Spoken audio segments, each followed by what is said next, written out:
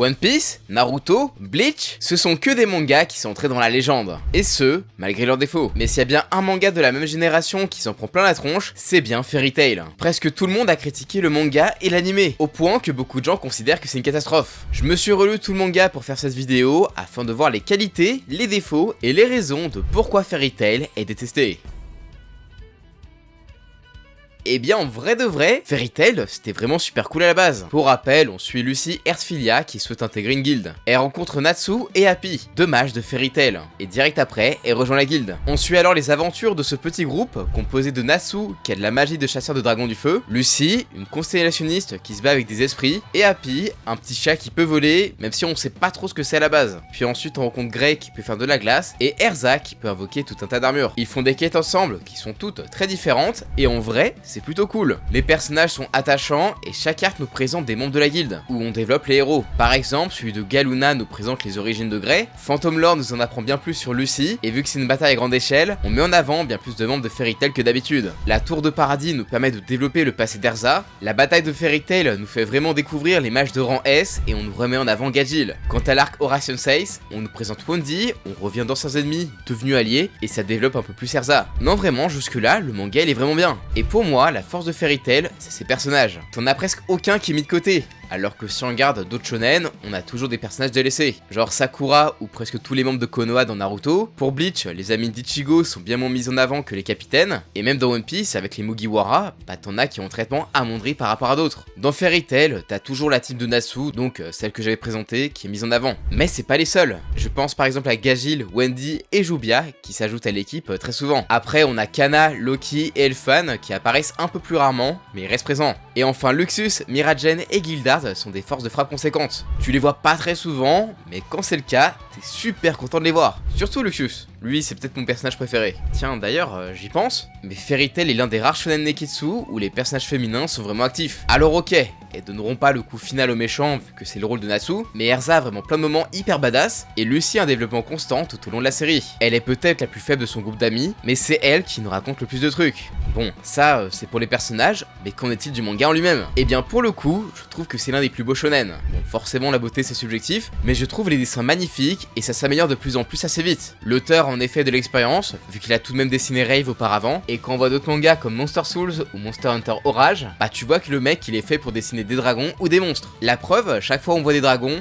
ça fait partie des planches les plus détaillées du manga. Et en plus de ça, je trouve que Fairy Tail a un très bon découpage. Alors c'est pas forcément un découpage comme pour Chainsaw Man où les démons ils sortent carrément des cases, non. Là on est plus sur du Dragon Ball dans le style, parce que pour le coup, c'est vraiment dynamique. Globalement, je dirais qu'un bon découpage, c'est celui que tu le remarques pas, et en général, c'est mieux d'avoir un truc épuré, où l'action est lisible. Pour vous donner un petit peu de comparaison, j'ai un petit peu de mal avec le découpage de One Piece, qui est vraiment surchargé, ou celui de Dragon Ball Super, qui a trop de cases pour rien, et où l'action est découpée comme si c'était un film, ou l'animation, ce que je trouve assez débile. Là, dans sa manière de faire, ça marche pas trop en bande dessinée, vu que ça ralentit l'action, et ça gêne la visibilité. Et pour le coup, le découpage de Fairy Tail, bah il est vraiment pas mal. Grâce à son style épuré, on n'a aucun problème à lire ce qui se passe. On change souvent de point de vue, mais on sent bien les scènes d'action. Franchement, lire Fairy Tail, c'est super agréable. Et ça, on le voit bien dans la maîtrise d'Hiro Mashima dans les histoires muettes, comme celle avec Gildars. Mashima sait raconter une histoire sans dialogue, juste avec des expressions et son découpage. Et même en dehors de ça, bah t'en prends plein les mirettes avec des doubles pages magnifiques qui font vraiment le taf. Non, vraiment Fairy Tail, c'est peut-être le manga le plus beau de sa génération. Et en plus, Mashima, c'est le roi de la hype.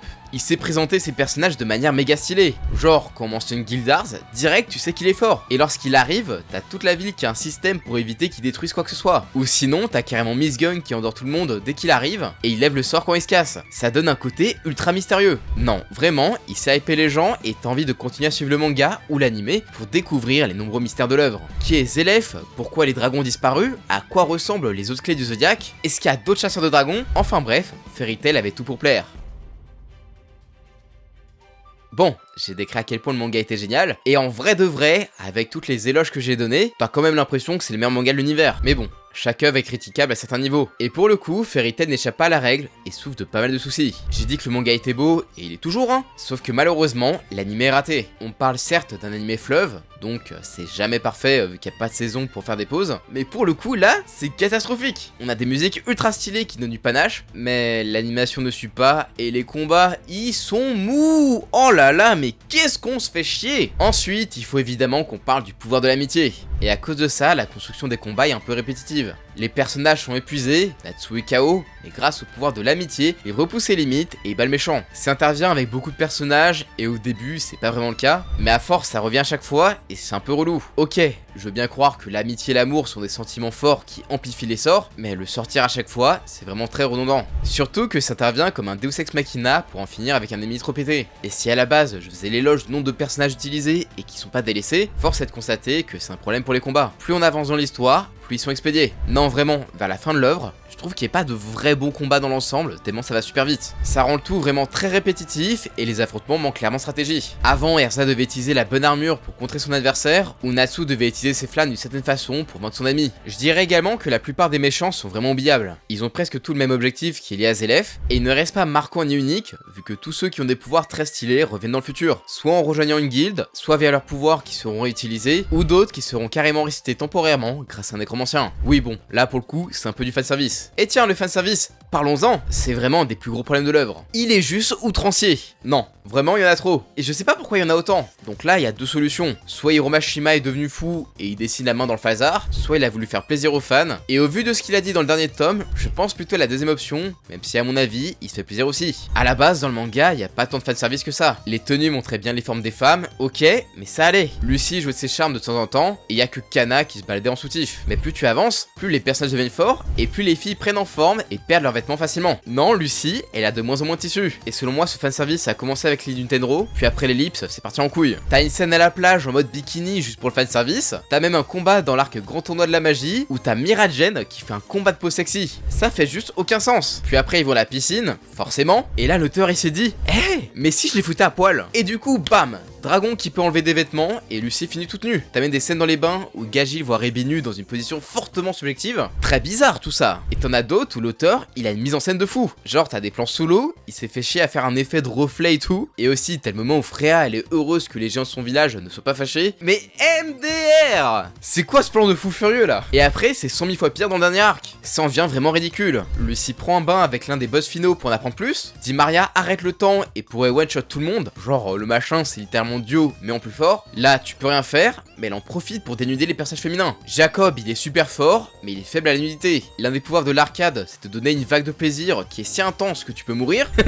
Mais c'est quoi ce sort? Ah ouais, on est loin d'invoquer des esprits ou de créer des armures là. Non, Hiromashima, t'es un malade mental. T'as même une scène où Lucy, elle est obligée de se foutre à poil pour réchauffer Natsu. Là, tu sens que le fanservice, il était à son prime. Non, vraiment, c'est désolant. Ça donne juste l'impression que c'est un ecchi qui s'assume pas et qui se prend pour un neketsu. Mashima, tu t'es planté de carrière. T'aurais dû te lancer dans des mangas 18+. Je disais avant que Fairy Tail faisait le taf avec ses personnages féminins, mais le fanservice, il gâche tout. Quel intérêt? Et puis après, ça tombe aussi sur des lolis. Genre, elles ont 14-15 ans. T'as même Mest qui en kiffe sur elle. Mashima, t'as des problèmes. Non, vraiment, c'est de très mauvais goût, et quand je vois tous vos commentaires comme quoi vous avez découvert le manga et l'anime étant petit, bah je pense que Mashima, il avait un autre type de lectorat en tête. Puis bon, un peu de fanservice de temps en temps, ça peut être marrant, mais là, c'est de mauvais goût. Ça nique l'attention des combats pour rien, et en plus, ça détruit la crédibilité des personnages féminins. Tous ces défauts ont complètement entaché l'œuvre. Alors un conseil, abonnez-vous si vous voulez pas que toutes vos œuvres préférées finissent pleines de fanservice. Et croyez-moi, vous n'avez pas envie de voir des cafards de Terraform Mars à poil avec des gros nichons. Bon, j'ai parlé des qualités et des défauts de Fairy Tail, et pour le coup, il y a des trucs gênants. Non, vraiment, je trouve que ça pourrit l'œuvre, et ça a vraiment détruit la crédibilité du manga. Après, je trouve quand même qu'on compare beaucoup Fairy Tail à d'autres mangas dans le même genre, qui sont sortis à la même époque. Et c'est normal, hein, les gens ont tendance à tout comparer. D'ailleurs, je trouve qu'il est assez différent de ses compères, mais dans le mauvais sens. Dans les shonen des années 2000-2010, on a très souvent des héros qui ont des rêves à accomplir, et ils feront la fin du manga. Luffy veut devenir le roi des pirates, Naruto veut être Hokage pour être respecté dans son village, Yugi veut retrouver la mémoire, et Gon il veut retrouver son père. D'ailleurs pour Bleach, c'est un peu plus subtil, vu qu'Ichigo en découvre de plus en plus sur lui-même. Globalement, toutes ces œuvres reprennent le voyage initiatique du héros, mais pas Fairy Tail. Et je dirais même qu'il ressemble un peu plus à la partie 4 de Jojo. On nous présente divers personnages au fur et à mesure des chapitres, et ça a plus un aspect tranche de vie. Et d'autres mangas font ça au début. Et ensuite, on commence à partir sur une vraie aventure, ou une mission plus extrême. Is Blue, cette introduction avant d'aller sur la route de tous les périls, et Naruto a divers chapitres pour présenter l'équipe 7, avant d'aller affronter Zabuza. Je pense d'ailleurs que c'est un procédé qui est souvent utilisé en début de manga. Ça permet permet à tous ceux qui découvrent l'œuvre en cours de commencer un petit peu en mode one shot. Y a pas besoin de prérequis, et c'est genre un chapitre, une histoire. Et sinon, je pense que c'est intéressant si la série se finit abruptement, dans le cadre où elle a pas trouvé son public. Au moins là, t'auras quelques aventures sans prise de tête. Et donc, pourquoi est-ce que j'ai parlé de JoJo tout à l'heure, sachant que d'autres mangas reprennent la même structure? Eh bien, le point commun entre Diamond is Unbreakable et Fairy Tail, c'est bien le lieu qui revient très souvent. Bah oui, c'est compliqué de faire un voyage initiatique si tu reviens très souvent au point de départ. Et dans les deux mangas, t'as la même structure avec un grand méchant dans l'ombre qui tire les ficelles, et tous les problèmes liés à la guilde ou à la ville sont liés au méchant. S'il y a autant de manières de stand, c'est à cause du père de Kira et de Kira lui-même. Et s'il y a autant de démons et de guides malfaisantes, c'est à cause de Zélef. Mais là où Kira su casser l'œuvre et la redynamiser, bah j'ai pas trouvé ça sur Fairy Tail. Le pic de Fairy Tail en termes d'écriture, d'enjeux et de méchants, je dirais que c'est la tour du paradis. Et à mon sens, pour redynamiser ton œuvre, tu dois donner de meilleurs enjeux. Normalement, t'as une cassure avec un grand méchant ou un grand événement où là tu te dis que tout commence, mais juste après la tour du paradis, t'as la bataille de Fairy Tail, qui est un très bon arc, mais qui n'a rien à voir avec le grand méchant. Oration 6 c'était très cool, mais pas de dinguerie. Et ensuite on a Edolas qui fait très filler. Après t'as Litten Row qui est vraiment hyper cool, t'as même enfin les deux grands méchants de l'histoire, puis là, pouf, ellipse, et hop, on passe à autre chose avec le tournoi des grands jeux magiques. Pour moi, c'est ça le souci de Fairy Tail, c'est qu'il n'arrive pas à faire approfondir son œuvre au bon moment. Les arcs sont bons et t'en as aucun qui est mauvais, mais t'as pas une montée en puissance. Et pour moi, le souci, c'est que le méchant marquant de l'œuvre apparaît beaucoup trop tard. Orochimaru, Kira, Bakura, Aizen, ils sont tous apparus au bon moment et leur présence a fait évoluer l'œuvre. Bon après t'es pas obligé d'avoir un grand méchant qui casse l'œuvre, mais tu peux apporter de la tension avec un groupe de méchants récurrents comme les 7 grands corsaires, la brigade fantôme ou la Katsuki. Sauf que Fairy Tail n'a pas ça. Bon après tu me diras que t'es pas obligé vu que Bleach n'en a pas, mais au moins Bleach a des méchants marquants. Et hormis les Oration 6, je me souvenais pas vraiment des méchants avant ma relecture, tant ils sont creux et manquent d'enjeux. Enfin, là où Fairy Tail se différencie, c'est dans son personnage principal. En effet, Natsu, il n'a aucun but. Bon, vous me direz, il veut trouver une Nier. Sauf que non en fait, c'est jamais le centre de l'œuvre alors que c'est ce qu'on pensait. Et toutes les rencontres avec les chasseurs de dragons aboutiront sur un cul-de-sac. Enfin, avant qu'Ynir n'apparaisse comme un cheveu sous la soupe en disant qu'il a toujours été dans le corps de son fils adoptif. Et c'est à sa mort face à Acnologia que Natsu aura enfin un but. Vaincre le dragon qui a tué son père. Sauf que selon moi, ça arrive trop tard. C'est au tome 49 quand même.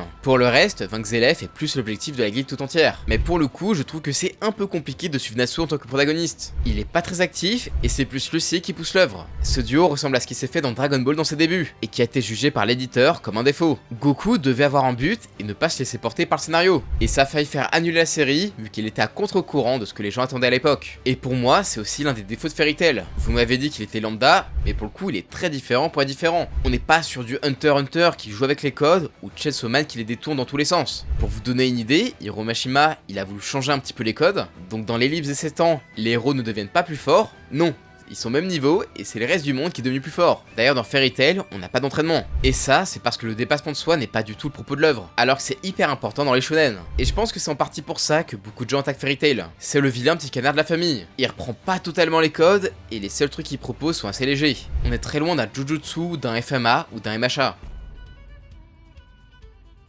Mais donc, pourquoi est-ce que Fairy Tail est détesté? Et je dis bien détesté, parce que bon, c'est quand même très fort comme émotion. À la limite, si un truc était OSEF, bah tu te dis que c'est de la grosse merde, genre Rebel Moon, c'était nul, et tu passes ton chemin. Mais pour en arriver à détester quelque chose, bah faut y aller quand même. Et pour moi, t'en as deux moyens pour en arriver là. Soit t'es pas d'accord avec les propos de l'œuvre, ou que tu es hermétique à certaines choses. Par exemple, moi les harems, je supporte pas. Soit tu étais attaché à quelque chose, et puis t'as été déçu. Genre, si j'ai autant tapé sur Film Flash, c'est parce que j'aime bien le personnage et l'univers, et que le film, c'est une honte. Et je pense que c'est un peu des deux dans Fairy Tail. Les gens détestent le fanservice qui ne sert à rien à part désamorcer des moments de tension, c'est le même level que ce qui est devenu l'humour dans les films Marvel. Et enfin, je pense que les gens aimaient vraiment Fairy Tail. Ils se sont investis dedans, mais ils se sont sentis trahis. Pour vous dire, au collège, on faisait des théories genre pourquoi Natsu ne peut pas passer l'enchantement de l'âge, pourquoi les dragons sont partis et qui est Zélef. Et je pense que le manque d'enjeu et de plan d'Hiro Mashima qui a presque tout fait à la One Again font que plus on avance dans l'histoire, moins on a envie de suivre. Mais là où tous les fans ont pété un câble, c'est qu'il y a eu un sentiment de trahison. Mashima, il est très fort pour faire des scènes de sacrifice, vraiment c'est très émouvant, mais ces scènes n'aboutissent à rien. Makarov qui se sacrifie pour ses enfants,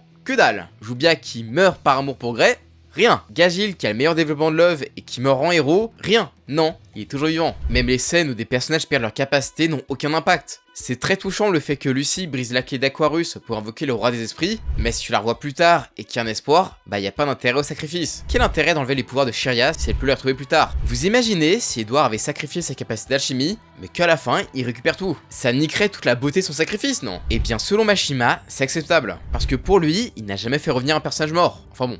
Sauf un, parce que pour lui, il y a pas de souci avec tous les personnages sacrifiés. Bah oui, c'était pas confirmé. Bah en fait, ils sont pas morts. Non, franchement, je trouve que c'est du foutage de gueule. Ok, il voulait pas faire comme dans Rêve où la plupart des personnages y meurent, mais faire des fausses morts, ça ne sert à rien. Ça n'a aucun impact et on joue avec nos émotions. Et si autant de gens détestent Fairy Tail, c'est parce qu'ils adoraient ce manga et que la qualité a décliné au fur et à mesure. Pourtant, Fairy Tail aurait pu être bien plus. Il aurait pu s'asseoir à la cour des grands, genre aux côtés du Big Tree. Et pour moi, il est loin d'atteindre ce niveau. Toutes ces déceptions ont fait passer de l'amour à la haine. Bon après, je trouve pas que le manga est catastrophique. Il est ok, le début, il est incroyable, il a des très bons personnages, mais plus t'avances, plus il y a des gros défauts. Et si vous êtes capable de faire abstraction du fanservice, du pouvoir de l'amitié et des fausses morts, vous pouvez passer un bon moment. Pour certains, c'est un peu neuf doudou. Un manga que tu lis tranquille, sans te prendre la tête, juste pour kiffer les dessins et une aventure pas compliquée où tes personnages n'ont pas de risque d'y passer. Et je comprends totalement que vous aimez l'œuvre. Après honnêtement, y a pas de honte d'aimer Fairy Tail. Vous pouvez aimer ce que vous voulez, et ça c'est principal. Mais du coup, qu'est-ce que vous pensez de Fairy Tail? Vous l'aimez? Trouvez ça bof? Vous détestez? Personnellement, je trouve que ça aurait pu être bien mieux. Et à ma première lecture, j'avais lâché le manga après les grands jeux magiques. Dites-le moi en commentaire, ça me ferait super plaisir. On arrive bientôt aux 100 000 abonnés. Il reste plus trop de temps pour rejoindre la guilde. Merci à vous, je vous dis à la prochaine. Ciao!